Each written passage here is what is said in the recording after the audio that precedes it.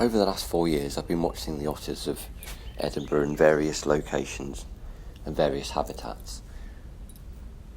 They're incredible species, and in Edinburgh, it seems in particular, they've become an icon, something to be cherished, especially during the time of COVID, where your daily walk was imperative, and a lot of people were reconnecting with nature at that point, and otters became that focal point. And at that point, they seemed to be a drastic increase in their populations, with cubs being born, that more cubs being born over those 2 years of COVID-19 than in previous years.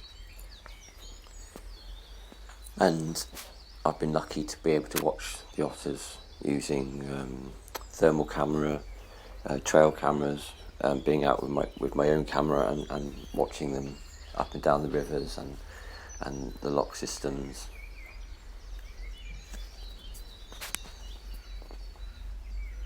I've also been really lucky to see the amount of cubs emerging and interacting with their mums, watching their day activities as well as their night activities.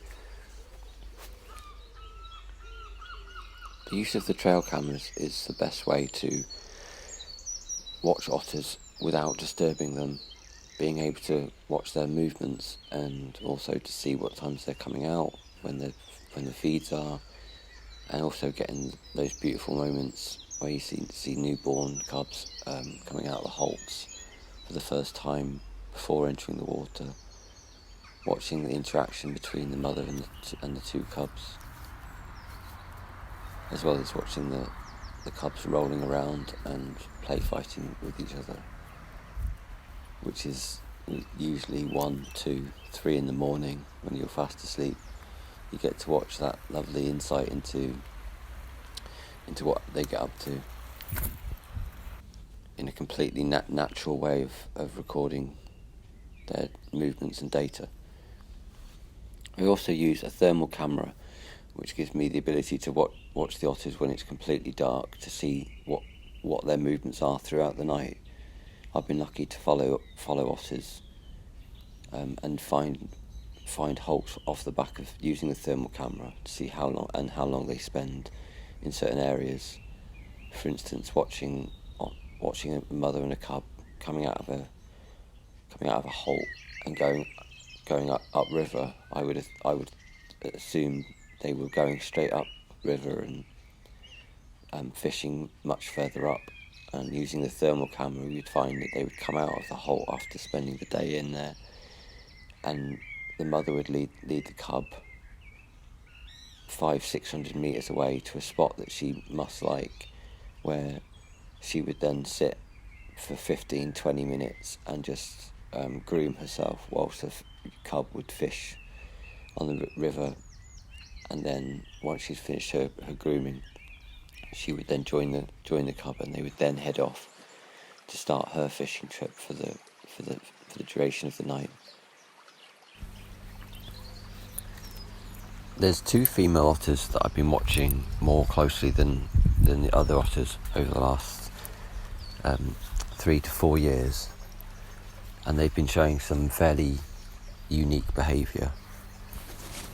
Over the last 2.5 years, the 2 mums have been cohabiting a holt, which is quite unusual.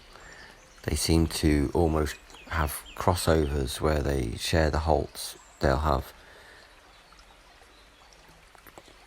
the one mum will have cubs that aren't out the holt yet. They're still in the holt. They haven't come out to the river, and whilst the other one, she will use another part of the holt. It's almost like a complex, more of a badger set type system, where there's different chambers where both mums will have their young.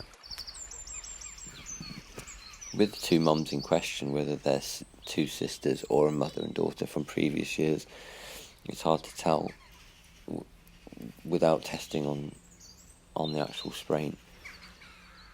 But their interaction and their sort of breeding cycle it's quite unique to watch, and it's quite wonderful to watch. And giving its kind of city centre location, it's quite a disturbing area to watch. With fishermen and dogs and also photographers, walkers in general. But the population seems to be doing really, really well. There's been at least 8 cubs born this year alone, across Edinburgh in various locations, and they all seem to be thriving as the water quality seems to be improving. The fish supply seems pretty plentiful, and habitat is pretty impressive in an urban location. As the population of the Edinburgh otters thrives and moves forward, the interaction between otters and people, and also dogs, then starts to become more of a problem. As brilliant as it is having otters in a city centre, it does create problems with people getting too close, or photographers pushing the boundaries that they should push. But also from dogs. I've seen at least 3 sort of dog attacks, or dogs chasing otters, in the last sort of 2-3 years. Dogs off leads in certain areas. It's quite a tricky situation to try and manage that.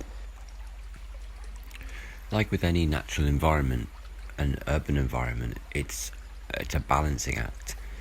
You want otters on river systems, you want people to see otters, but the otter, in its habitat, has to be the priority.